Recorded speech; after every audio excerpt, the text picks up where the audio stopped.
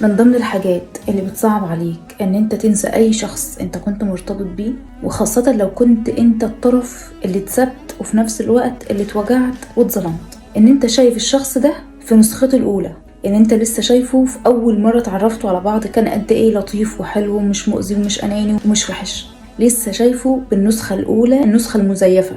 لان لو كان هو اصلا كان كويس كان بقت النسخة دي مكملة معاه لحد دلوقتي، لكن انت رافض تشوف ان هو وجعك وان هو ظلمك وان انت اتأذيت منه، فدايما باصص على النسخة القديمة مش النسخة الحالية.